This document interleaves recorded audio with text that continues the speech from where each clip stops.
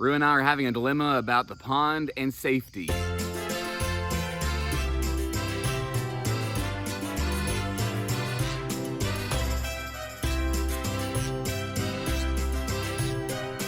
It'll be a week tomorrow when they finish the pond.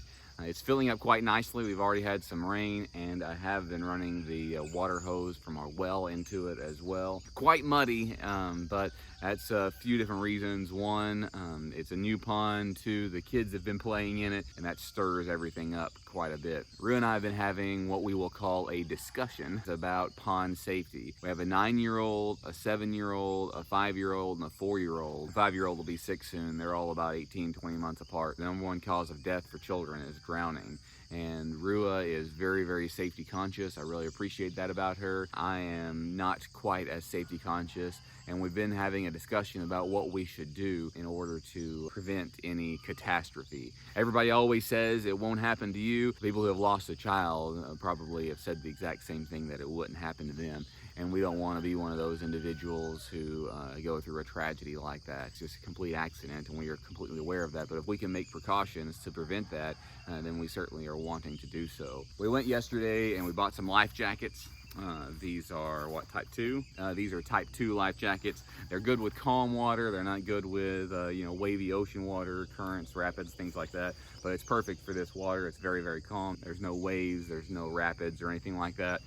So we bought this yesterday, and we're wanting to make it a rule that anytime they get in the pond, just a blanket rule, anytime they get in the pond, especially the 3 youngest ones, they must have this on. We didn't follow it completely yesterday because it's still only at the very deepest waist level for our 4-year-old. There is a little bit of mud and stuff at the bottom, and you can get your feet get stuck in it, kind of thing. We didn't enforce it yesterday, but as it gets deeper, because they can get out there and drown in a heartbeat, we're going to make sure that they wear these until they can demonstrate that they can swim very well. We're going to make sure they wear these every single time. Also, we have made it a practice to tell them to stay away from the pond without adult supervision. Don't go with Mama and Daddy.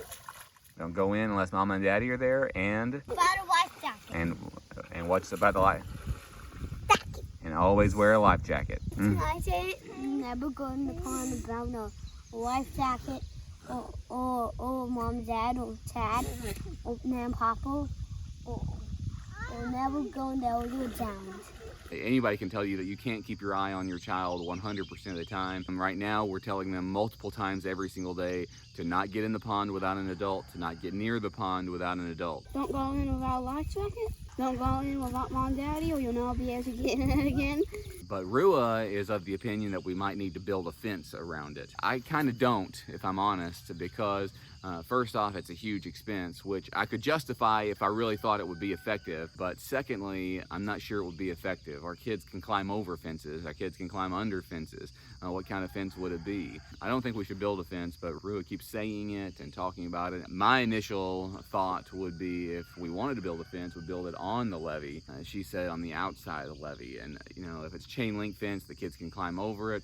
I don't want to put a kind of fence up that could actually hurt them. What do you think? This would be a very, very large fence. It would require a great deal of effort and a great deal of expense. I also wanted to give you an update on how the pond looks. I know it's all muddy and murky and stuff right now. All of that, I believe, will settle. I might end up getting a pump for it. One of the things we initially wanted was a natural pool, but we can still have some of the best things from a natural pool, which is a regeneration zone. In a natural pool, you have a regeneration zone and you have a swimming zone. In the regeneration zone, you have all sorts of plants in there, and the water from the swimming area is pumped into the regeneration zone. The plants filter it.